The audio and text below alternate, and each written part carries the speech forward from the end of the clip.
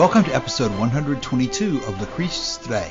This is a podcast dedicated to the poet Lucretius, who wrote On the Nature of Things, the only complete presentation of Epicurean philosophy left to us from the ancient world.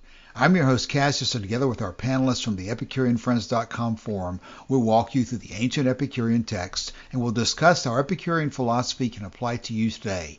We encourage you to study Epicurus for yourself, and we suggest the best place to start is the book Epicurus and His Philosophy by Canadian professor Norman DeWitt.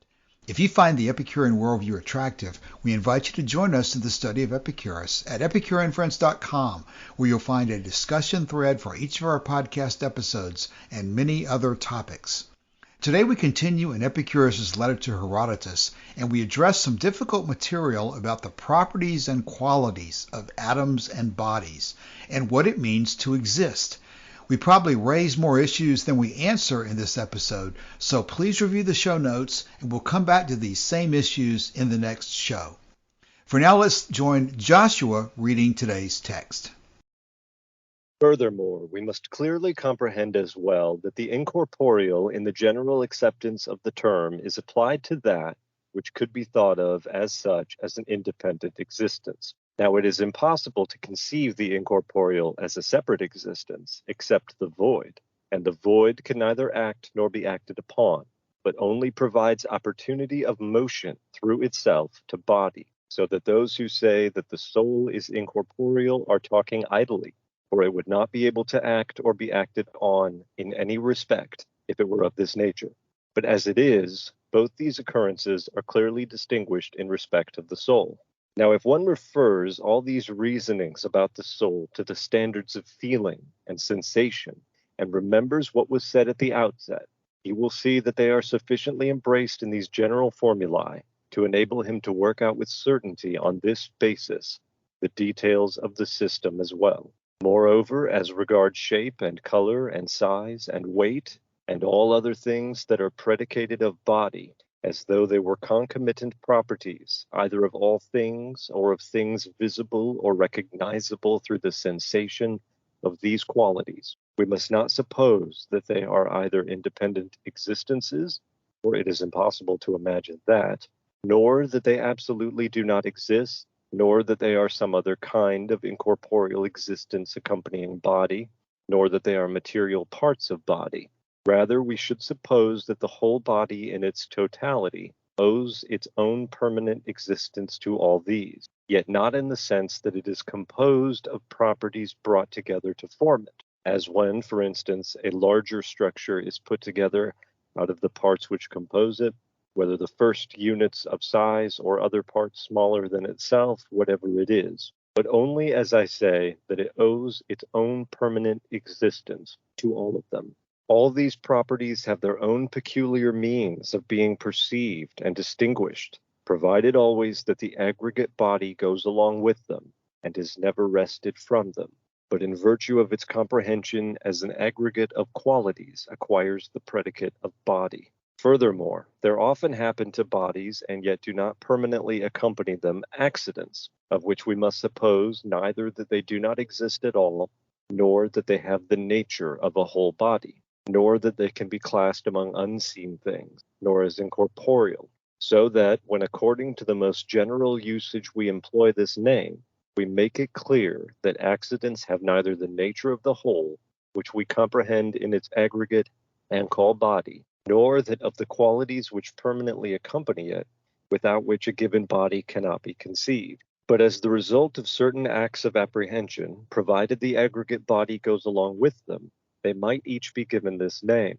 but only on occasions when each one of them is seen to occur, since accidents are not permanent accompaniment, and we must not banish this clear vision from the realm of existence, because it does not possess the nature of the whole to which it is joined, nor that of the permanent accompaniment, nor must we suppose that such contingencies exist independently, for this is inconceivable both with regard to them and to the permanent properties. But, just as it appears in sensation, we must think of them all as accidents occurring to bodies, and that not as permanent accompaniments, or again as having in themselves a place in the ranks of material existence.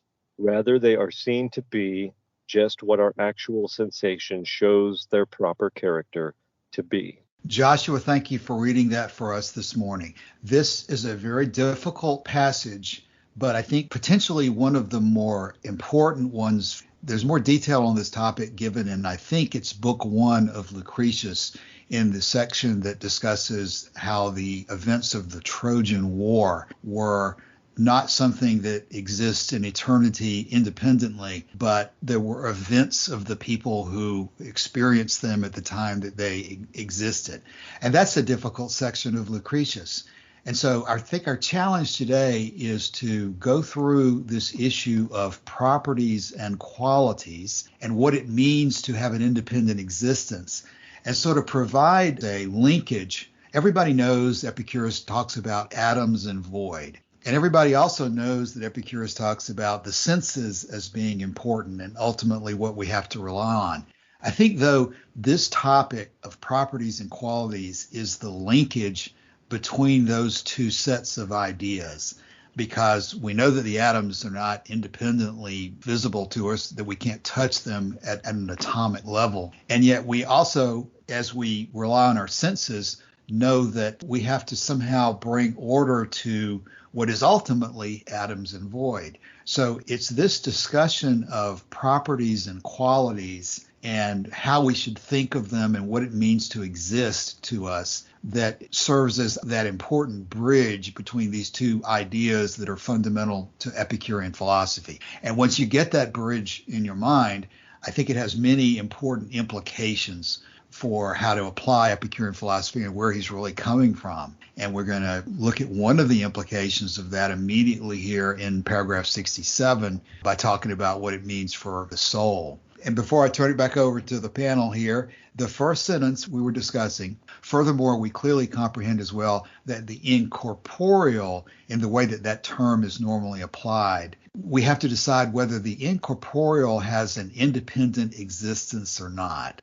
So let's talk about what it means to exist or to have an independent existence. And let's ask this question. In order to exist, must we be able to validate it with our senses? Joshua or Martin? So I think that the answer to that question must be yes, in a way, if we're talking about physical existence, or in the case of void, non-existence, but space, empty space that allows movement.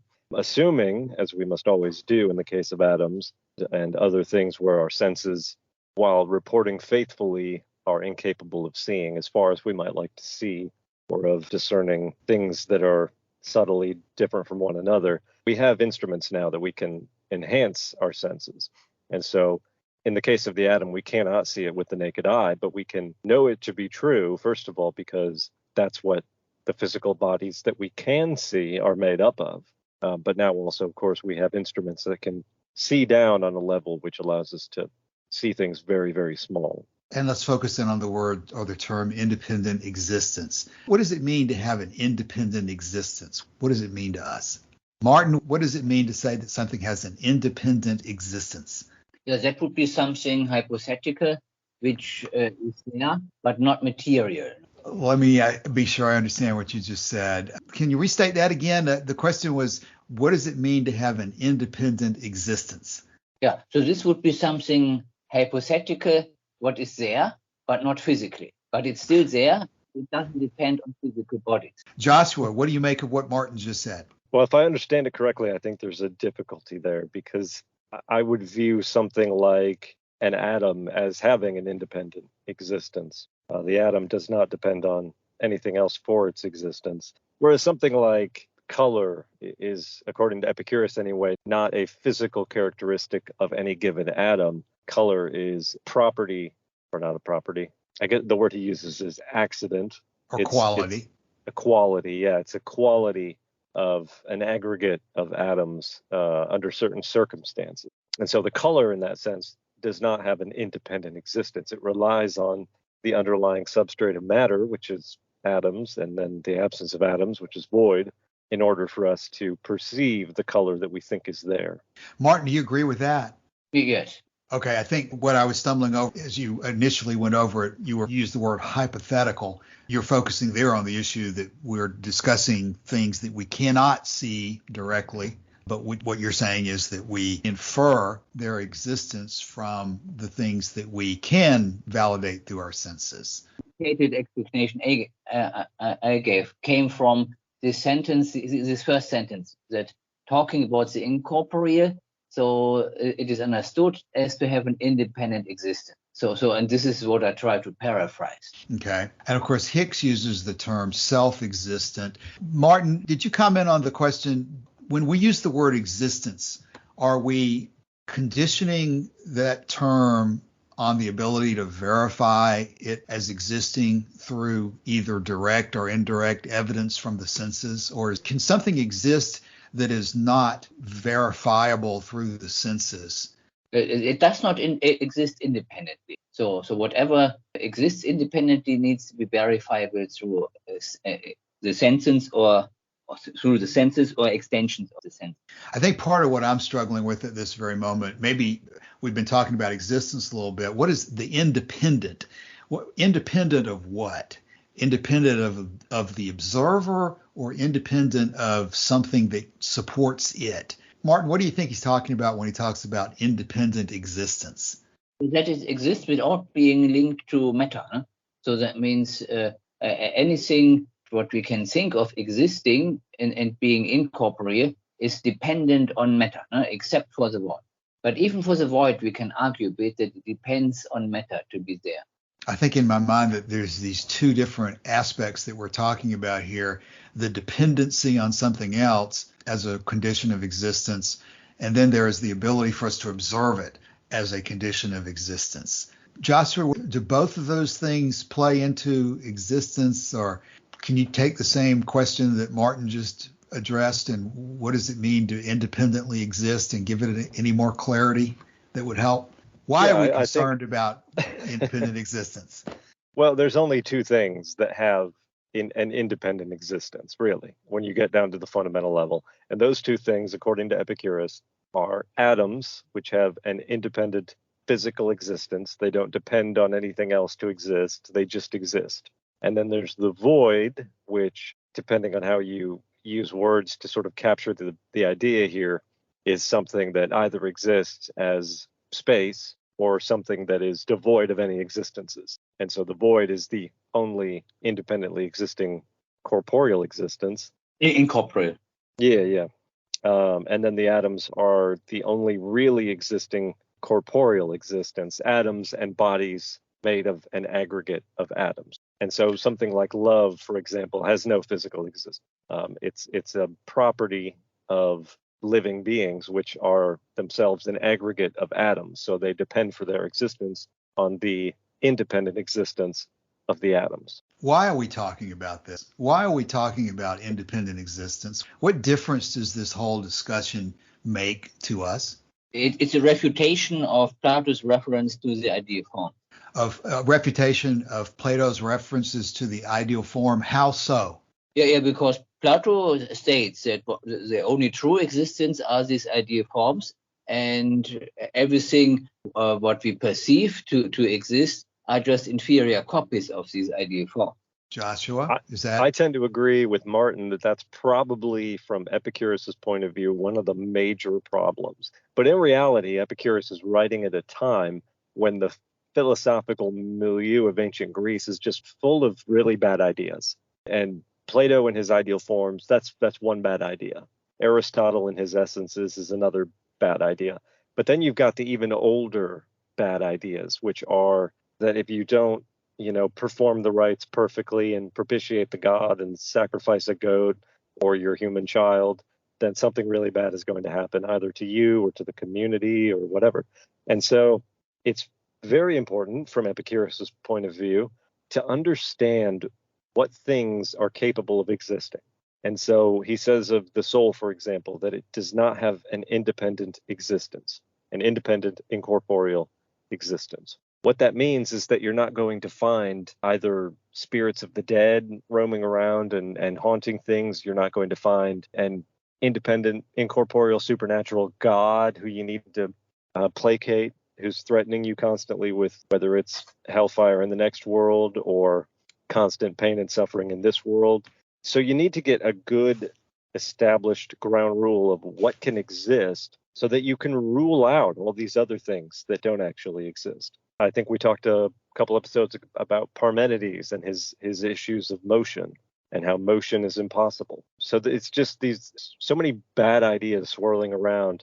And if you want to follow Epicurean philosophy to the end, which is this goal of a life full of pleasure and free of pain and anxiety, it's important to get this stuff down. It's important to get it well understood so that you don't fall prey to people who are manipulating your emotions and your fears in ways that they want you to believe in things that you can't verify with your senses. They want you to believe in incorporeal existences because that's where they come in. They come in to placate those existences on your behalf and for a little bit of money. And so I'm kind of rambling on here, but you can see the problem, I hope. Yeah, I think that's what we need to stay with for a little while, is to make sure that people do see the problem. And again, I'm not able to command the Greek here, but it looks like that there must be, Hicks uses the word self-existent. Bailey is using independent existence. Is there something we can get out of the fact that there appear to be two words here? What does independent add to existence? Or in Hicks's terminology, what does self add to existent? In other words, why is this not written simply with the word existence? Are we concerned about, is it something different to say that something exists versus something has an independent existence? What's the difference in those two? But they don't exist independently. So that is why it's important to make this distinction. Okay, let's elaborate that a little bit further. What does that mean, Martin? You can exist without having an independent existence? What's an example of that? No, just ideas like, we discussed it before, like capitalism or something like this. No? So, well, yes, does capitalism exist? Not independently. So it exists in our mind and the way we interact with each other. So it is dependent on our own existence, and beyond that, it does not exist. Does yellow exist? In our mind, we have agreed upon what color we call yellow, and in that sense, it exists dependent on our existence. Does God exist? Asking the hard questions. Does yellow exist? Does God exist? I would think answering whether yellow exists is a little easier than God, but let's just take it to the extra extreme. Does God exist using this kind of terminology? Yeah, okay. So because we do here the material philosophy, the supernatural God does not exist, but there is a possibility by tweaking the definition of God away from supernatural towards something what is corporeal and within nature and is in some way more advanced than us with respect to blessedness. Yes, so in that sense, then we can construct some sort of something what we could consider a God. Okay, now that is sort of an explanation of why Epicurus does use the word gods, but let's talk about in terms of relevance to us today in 2022. Does God exist? And obviously I'm asking that question in a special way. I'm asking us to think about what does the word exist mean and how do we fit the word God in relation to existing? Joshua, does God exist? Well, I think I'm going to say no as an answer to that question. And you're going to explain the no by what? By defining the word existence? How can you answer that word question without telling me what it means to exist? Well, I think what it means to exist is either to exist independently, which is to have a real physical existence in nature. I realize I'm using the word existence in my definition of the word existence. I think I've used the word being to describe existence. So it's this verb to be is what it means to exist. As Descartes said, I think, therefore I am. I mean, this kind of questioning forces us to confront what it means to exist, which is sort of a related question to, is it significant to us? Is it real? Is it true? These are, I guess, related concepts that we sort of have to be clear as best we can about what we mean when we discuss them. Well, And being real and having an independent physical existence are two different things in my view. okay, how so? So, for example, I don't think that whatever I am apart from the physical atoms that make up my body and the void in which those atoms move, I don't think that that part of me, which is everything except those two things, has an independent physical existence. But that's not to say that it's not real. I'm hesitating to. Well, didn't we discuss last week that the soul is material in Epicurean terms?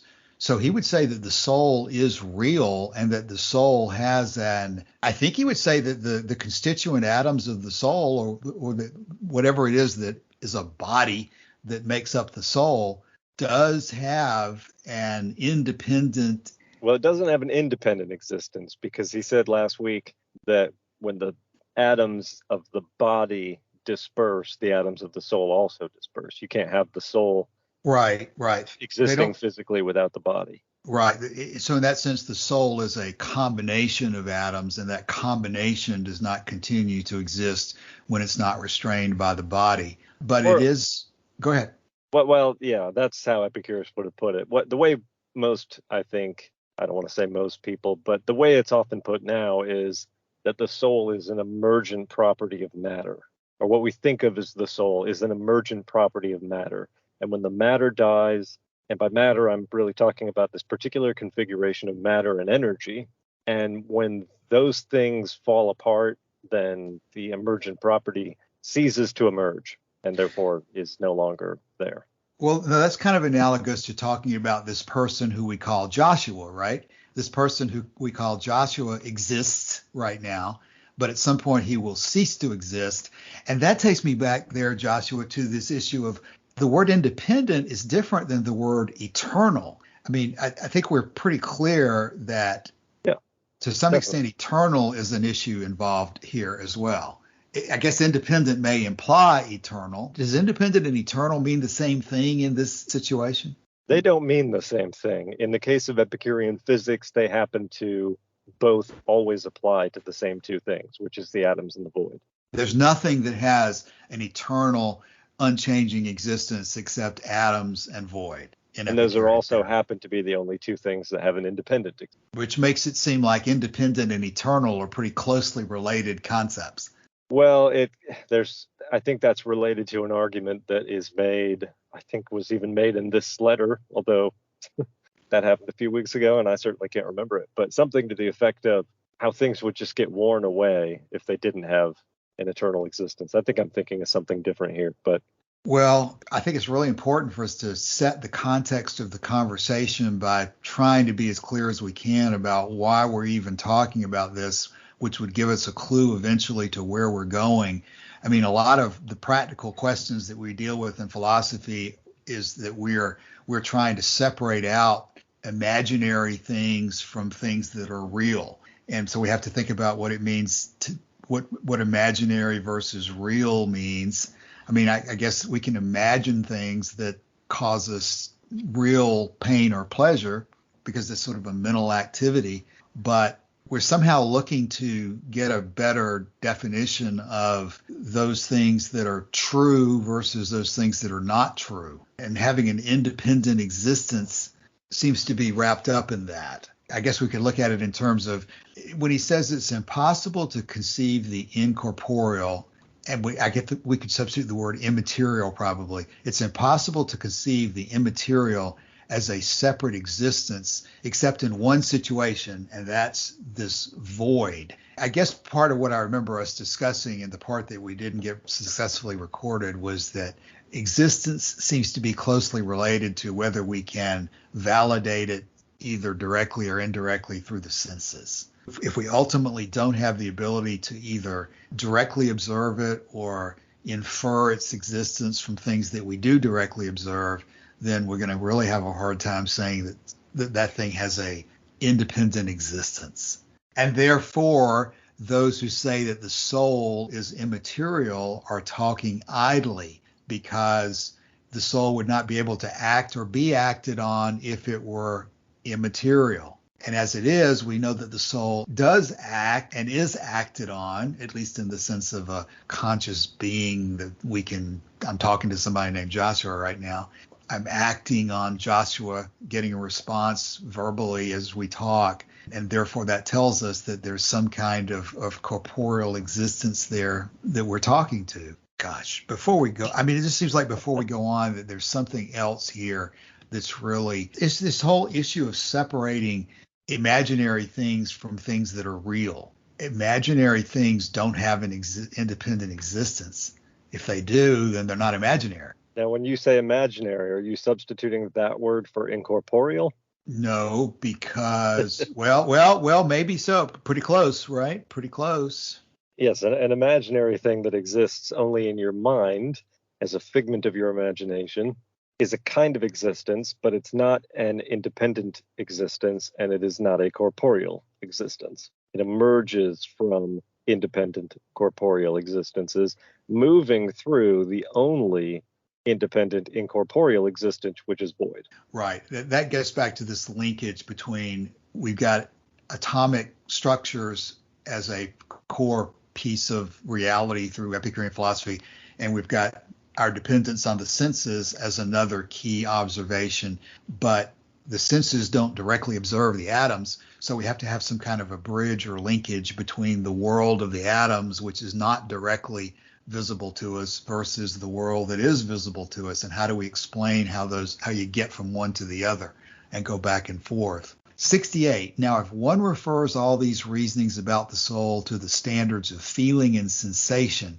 and remembers what was said at the outset, he will see that they are sufficiently embraced in these general formula to enable him to work out with certainty on this basis the details of the system. So what is he saying there? I guess that's just sort of another summary that we're on the right track before he goes further. It's interesting. He's saying that essentially, if you understand this, you can work out the rest of everything else I'm talking about as well. And what is the this? Well, that's these reasonings about the soul.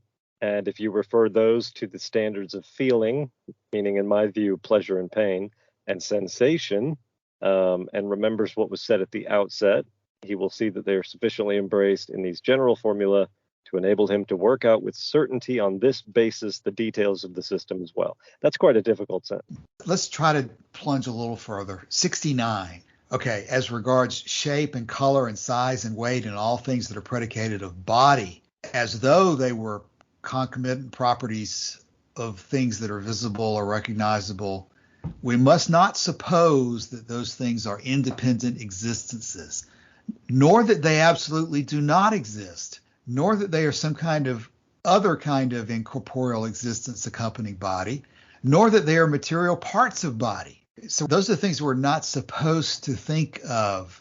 What are we supposed to think about color and shape and size of the bodies that we can actually sense?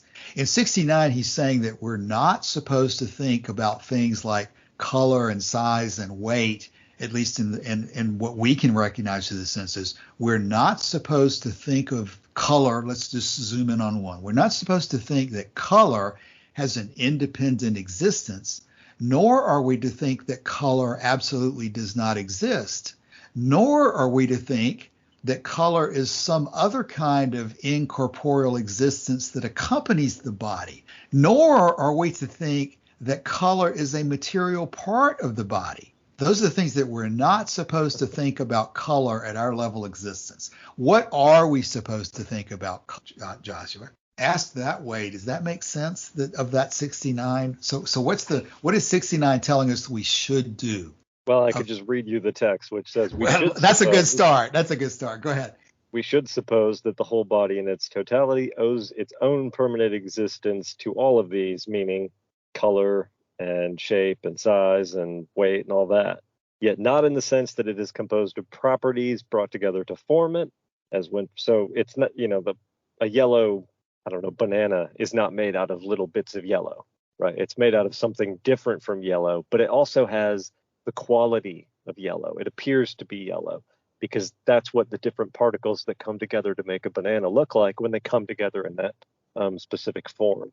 Now, if you're going to stop there, I'm going to ask Martin. Martin, what are you making of passage 69 there? Uh-oh, have we lost Martin? No. I just did. Okay. I do think it makes it easier to figure it out if you sort of segment out what he says we're not supposed to think, and then try to contrast it with what is it we're supposed to think about. And I don't think we have to do all of them together. I think we can pick out, for example, just color. As regard to color or size or shape or weight, we should not think of them as being X, Y, and Z. What should we think of color, for example, as being? Because Plato said that the color yellow exists in some ideal form in some other dimension. Aristotle apparently said that color exists as some type of essence that exists within the banana. If we're not supposed to think that color, the color yellow, the color purple, if we're not supposed to think that any of these colors have an independent existence in another dimension, and we're not supposed to think that they are an essential existence within the banana, what are we supposed to think about color? Are we supposed to think that it's just a figment of our imagination, Martin? Are we supposed to think that color doesn't exist at all? It's just something we've made up? What's the right way of thinking about color? Yeah, it does exist, but it exists only as a property of the particular portion of matter which appears yellow. And the word appears, you're tying it to our observing it, and us, you're tying it to us. Mm-hmm. Yes. I think this is pretty deep stuff right here that has tremendous implications that we need to be sure we don't just pass over. Does he go that far, though? Does he go as far as to say that the existence of yellow depends on the observer? I'm not sure it would. Right. I think that's a tweak we have to make. It's not that it depends on us observing it, because if I'm not there to observe it, maybe somebody else is, or it doesn't matter if anybody's there to observe it or not. The configuration of light and so forth is going to make it appear that way to anybody who is there, who might be there, or who might see it. Or the atoms are going to behave the same way whether we're observing it or not. The way I would put it is, it exists as I guess you could pick any of these words as a quality. Yes. Yeah. It exists as a quality of an aggregate of matter, but its existence is dependent. And by dependent, I mean specifically dependent on the atoms that it is a quality of, not necessarily dependent on the observer. Dependent on the atom, depending on the particular atom, what direction and how it's moving, how it's related to other atoms nearby it, and all the different context of the existence of that atom. I mean, an atom just doesn't exist in the middle of nowhere by itself either. It has a context to it, I think is what we're saying. When it comes together to form a body, when it comes together, when it enters the shores of light and we begin to have an experience of it in some way, it's because it has combined with other nearby atoms and the void in a particular way. I think we're saying that. Yeah, because it's said before that the atoms themselves only have a very, very small handful of characteristics. Right. Size, weight, and shape. A very small set of unchanging and eternal characteristics that are always the same. I think that's the necessary addition to the description. Yeah, I think that's fair. And so he says that, the atoms that go to make up water are smooth, and so they can whirl around and slide over the tongue very easily, and they can pour in great waterfalls. And whereas the atoms that make up something hard like steel or granite are hooked together in some way and not easily movable. They still vibrate, each in their own position within the aggregate body, but they don't jostle around a whole lot. They don't move.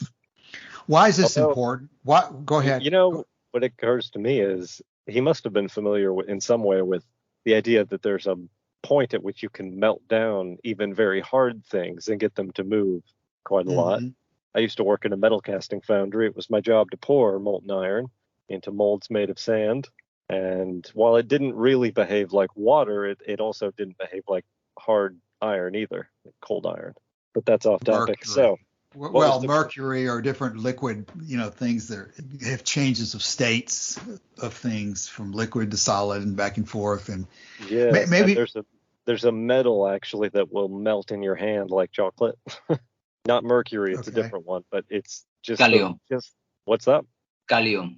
There you go, gallium. And if you put it in your hand, just the heat from your hand is sufficient to actually melt the metal. Okay.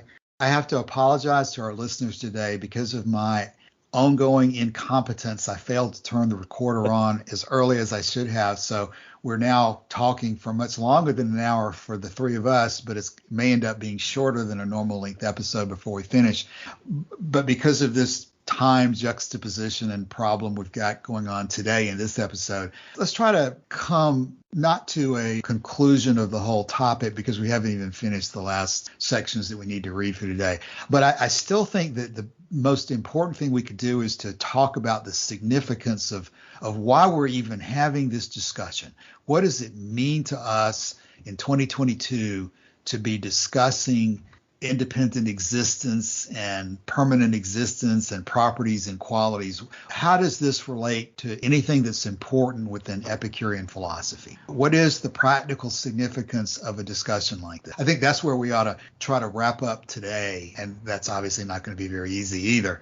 But at least that gives us a framework for, let's not try to go any further with the text, but let's come to some concluding comments on why what we're talking about is significant. According to Lucretius, it was so significant that it was on this specific issue that he gives his sort of opening praise to, what's the phrase he uses, the primum homum or something, the first of men, to storm the tight-barred gates of nature's hold and surmount the flaming ramparts of the world. And this is the part that I'm driving at here. He brings back news of what can be and what cannot. And yes. So that, at least in Lucretius's view, the thing that inspired him to write 7,000 lines of dense hexameter, a very difficult Latin verse, was specifically that. It was that Epicurus had gone in search of the very limits of existence. What can exist? What cannot exist? What is the nature of existing things? And he found the answers, at least Lucretius thought so, and I think we think so to a degree. He found the answers and brought them back, and it was for that reason that Lucretius specifically sort of looks at him as being, I think he says the first of men or something, the first to spring the tight-barred gates of nature's hold asunder. The deep-set boundary marks, the benchmark sets forever, like those kind of phrases that you've been talking about, those things that can be and which cannot. I'm nodding my head aggressively as you're answering that, Joshua, because yes, I think that that's the significance here, is that, and of course, you can praise him and say this is such an incredible achievement like Lucretius did, or you can ridicule him. In my mind, I'm convinced that this, whatever it is the New Testament about the weak and beggarly elements that you should not be slaves to. I think that's related to this too. The question becomes, so what about atoms? And what do they tell us about what's possible and not possible about the way to live, the way the world works? You've got these issues of determinism out there versus agency or free will. Is everything just a billiard ball that is mechanically determined by the particular nature of the atoms and the way they're moving at a particular moment? Or is there any kind of a swerve that allows any kind of free will or us to have any ability to change the way the atoms are moving? There's got to be a connecting structure between the world of the atoms and us for us to come to any conclusions about what the atoms mean to us. Some things are possible and some things are not possible. And our science is a matter of unraveling what's possible and not possible based on, and see, I won't close this episode without going into this issue of accident versus events. Under the same circumstances, a set of atoms is going to operate the same way. It's going to cause us to perceive the color yellow under certain situations. And those situations are repeatable. That's what I think Martin talks about in terms of we can measure things. We can give almost an objective measurement of a color nowadays because we set a series of contexts and we measure the result. And we find that we can repeat that measurement and find the same thing over and over and over again. That's an example, I think, of an issue where we understand that it's not an accident that we're going to get yellow. It's an event that arises from a particular context. An emergent quality of something, like Joshua being able to talk and being a real person, that's something that is an emergent quality that is going to repeat itself tomorrow and the next day, presumably. It's not just an accident in the sense of maybe tomorrow Joshua turns into a centaur or something like that. There are certain things that are consistently predictable in life, and there are certain things that are not. You're not going to have a way to predict with certainty what's going to happen in any part of life if you don't have an understanding of what is consistent versus what is changeable. I think is a direction I think we're going here. Criticize what I just said there, Joshua or Martin. Agree, disagree? How would you phrase the significance of this discussion? I think you're on the right track. When Henry David Thoreau read those lines from Lucretius, he wrote down in his journal that they were a portrayal of Prometheus. And the famous story of Prometheus is that he stole fire from the gods and gave it to man. And his punishment for that he was sort of chained to the side of a mountain, and that a eagle or hawk or something, a vulture maybe, I can't remember what it was, but some giant bird came out and ate his liver every day. And then because he was immortal, it would grow back. And then the next day, the bird would come and eat his liver again. And so the idea that there are things that people don't want you to know about how the universe works. Part of it is that it's predictable, that it's not capricious, and that you don't have to constantly live in fear of, the end times. We've got people in this country who spend their whole lives just waiting for the end times without realizing that for the last, I think, probably 20 centuries, people have been waiting their whole lives for the end times, and it's never going to come in the way they think it's going to come. The universe doesn't work like that. And I think that is the major takeaway here, is that things are explicable and you can understand them, and that by understanding them, you can rule out certain things as even being possible. And if your goal is to increase the amount of pleasure and happiness in your life and decrease the anxiety and the fear and the pain, then being able to rule out certain things as being possible is a way to remove anxiety from your life. Yes. Martin, what are you thinking? I have nothing to add. Oh, no, that sounds like I asked you for a closing comment, and I probably essentially did. And maybe this is going to be close to a good place to break for this episode, and we'll probably come back and we have the next. Yeah, I do think the next couple of passages are going to continue basically on the same theme. And after a week of thinking about it, maybe we'll have some better ways of discussing the issues as well. But this same subject is discussed, I think it's in book 1 of Lucretius under it's always easy to find it because it's the section about Helen of Troy and the war, how that is not something that has an independent existence, but was an event for those people who experienced it. So why don't we go ahead and close for today? Joshua, since I didn't ask you that in terms of a closing comment, anything else you'd like to add for today? No, I think that stands pretty well as my closing comment. I like what you brought in, which was this idea of sort of boundaries and benchmarks. Mm-hmm. In a phrase you used earlier on in the episode, the shining borders of the light. Right.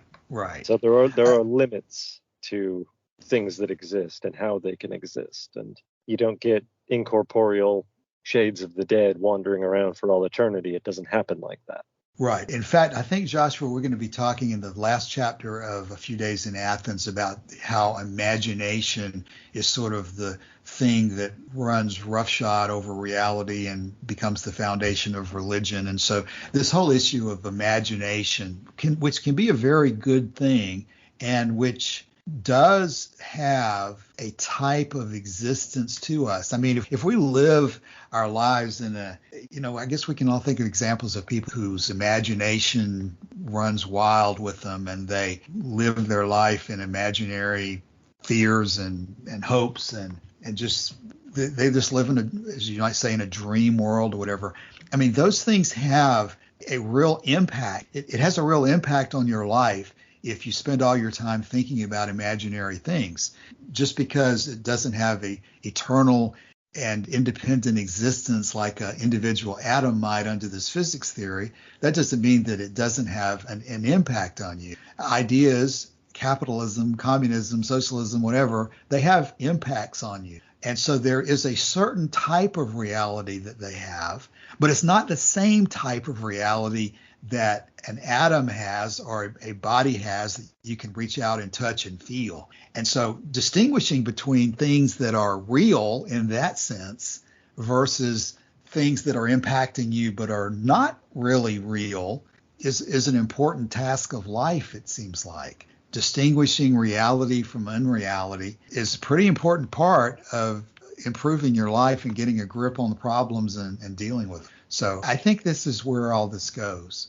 And so it makes it, rather than being just some obscure aspect of atomism that is not worth talking about, it's really probably really important to understand in applying Epicurean philosophy and understanding why Epicurus says that certain things are possible and certain things are not, and turning it into a practical way of life. All right. Well, anybody else have anything else? Otherwise, we'll close for the day. So, Joshua? No, I'm good. Okay. All right. Well, let's close for the day. I'll be sure to turn the recorder on at the right time next week, and we'll come back in a week. We'll try to help you with that. Yes, indeed. Yes, indeed. Okay. Well, thanks a lot for today, and we'll be back in a week. Goodbye. Thanks.